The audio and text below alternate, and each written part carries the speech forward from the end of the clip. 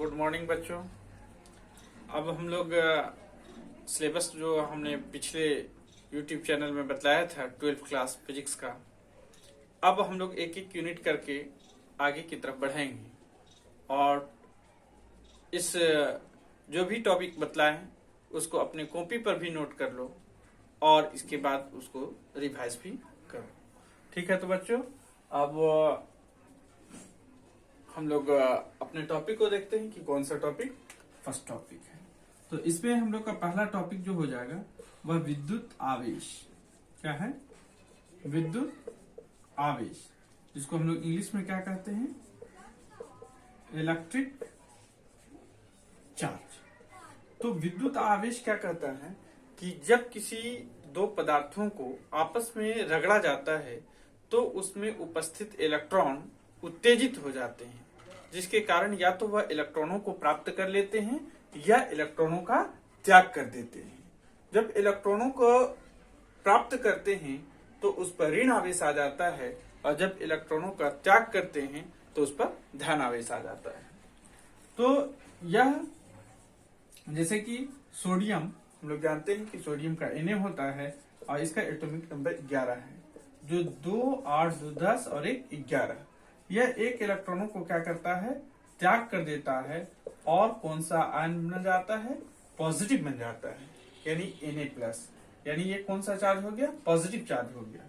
Chlorine जो है वो 17 होता है, तो 2, 8, 7 इसमें एक इलेक्ट्रॉन वो क्या कर लेता है? ग्रहण कर लेता है और Cl- बना लेता है। यानी विद्युत आवेश किसको कहते हैं? तो जब दो पदार्थों को आपस में रगड़ा जाता है तो इलेक्ट्रॉनों के ग्रहण करने या इलेक्ट्रॉनों के त्यागने की जो गुण आ जाता है वही विद्युत आवेश कहलाता है। इसकी दूसरी परिभाषा इस तरह से है, विद्युत आवेश को हम लोग Q से सूचित करते हैं, यानी Q = IT। किसी चालक तार से प्रवाहित धारा और उसमें लगे समय के गुणनफल को क्या कहते हैं? विद्युत आवेश कहते हैं। हम लोग इसको इस तरह से डिनोट कर सकते हैं, यानी आवेश = क्या हो जाएगा? विद्युत धारा गुणे समय, यानी इलेक्ट्रिक करंट और टाइम के मल्टीपल को क्या कहते हैं? इलेक्ट्रिक चार्ज कहते हैं। तो हम लोग परिभाषा आसानी से लिख सकते हैं कि विद्युत धारा एवं समय के गुणनफल को विद्युत आवेश कहते हैं। इसकी सर्वप्रथम परिभाषा कूलम्ब नामक वैज्ञानिक ने दी, इसलिए आवेश का मात्रक क्या होता है?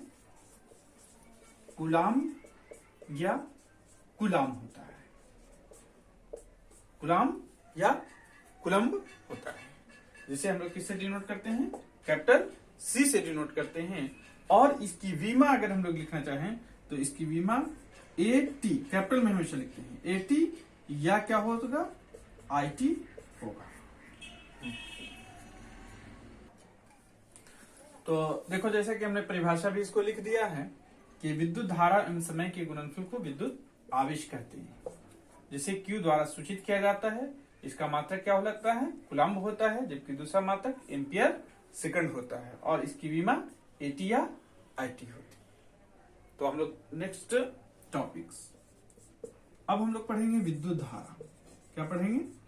विद्युत धारा। तो विद्युत धारा जिसको हम लोग क्या कहते हैं? इलेक्ट्रिक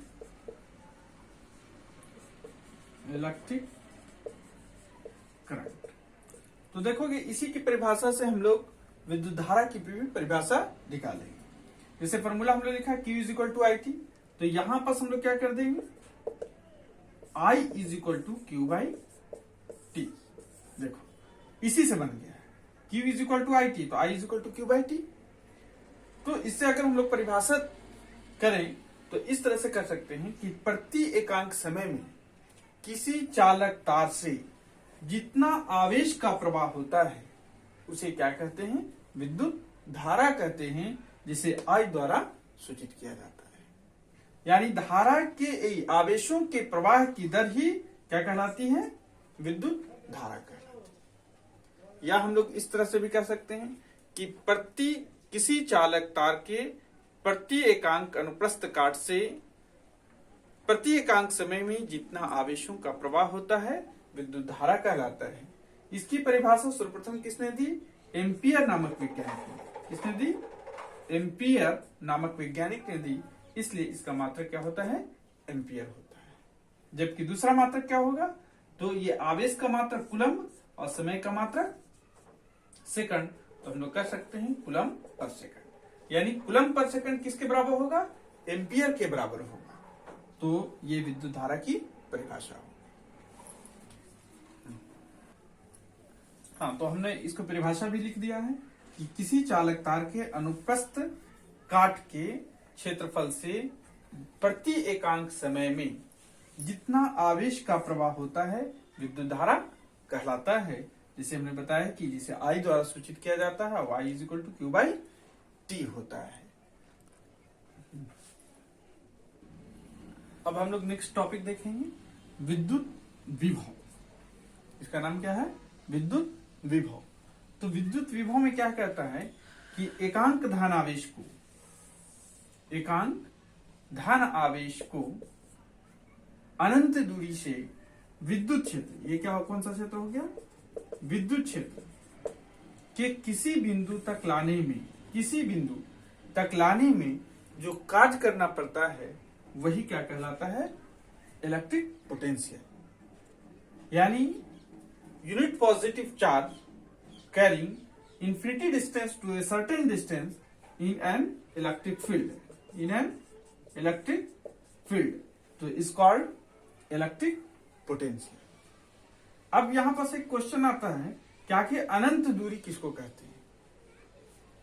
तो लोग कहते हैं कि अनंत दूरी का मतलब जिसका कोई अंत नहीं हो, और हम लोग आवेश ला रहे हैं, जहां से आवेश लाएंगे वही उसका अंत होगा। तो यहां अनंत कहने का मतलब है कि विद्युत क्षेत्र से बाहर का जो क्षेत्र होगा तो वही उसके लिए अनंत हो जाएगा। तो अनंत दूरी से एकांक धनावेश को विद्युत क्षेत्र के, यानी ये जो क्षेत्र बनाए हैं ये विद्युत क्षेत्र के किसी भी बिंदु, ये कोई जरूरी नहीं हो कि इसका सेंटर ही हो, सेंटर के इसके अंदर किसी भी भाग में जो लाने में वर्क करना पड़ता है वही वर्क क्या कहलाता है? विद्युत विभव कहलाता है, जिसे हम लोग V से सूचित करते हैं, यानी V is equal to W by plus Q। तो ये W क्या हो गया? तो ये कार्य हो गया, और ये क्या हो गया? आवेश हो गया, और ये V क्या हो गया? विद्युत विभव हो गया। तो इसकी सर्वप्रथम परिभाषा वोल्ट नामक वैज्ञानिक ने दी। किसने? वोल्ट नामक वैज्ञानिक ने दी। इसलिए इसका मात्रक भी क्या होता है? वोल्ट होता है। यानी वोल्ट किसका मात्रक हो गया? विद्युत विभव का। अब हम लोग इसके दूसरे मात्रक को देखते हैं जो इसके फॉर्मूला से तैयार किया गया है। W कार्य, तो कार्य का मात्रक क्या होता है? जूल। कार्य का मात्रक जूल, और आवेश का क्या होता है? कूलम्ब। तो क्या हो जाएगा? Joule per coulomb. Joule per coulomb ही किसके बराबर होता है? वोल्ट के बराबर होता है। चाहे हम लोग जूल पर कूलम्ब इस तरह से लिखें या जूल पर कूलम्ब इस तरह से, तो दोनों समान है। ठीक है बच्चों, तो आज हम लोग जितने टॉपिक पढ़े उसको ध्यान में रखना है, और इस वीडियो को ज्यादा से ज्यादा तक लाइक करना है, उसको शेयर करना है, और जो नए जुड़े रहे हैं वो कृपया करके इसको सब्सक्राइब कराएं, ताकि आगे के छात्रों को भी इसका लाभ हो सके। तो ठीक है बच्चों, हम लोग नेक्स्ट क्लास में आगे देखें।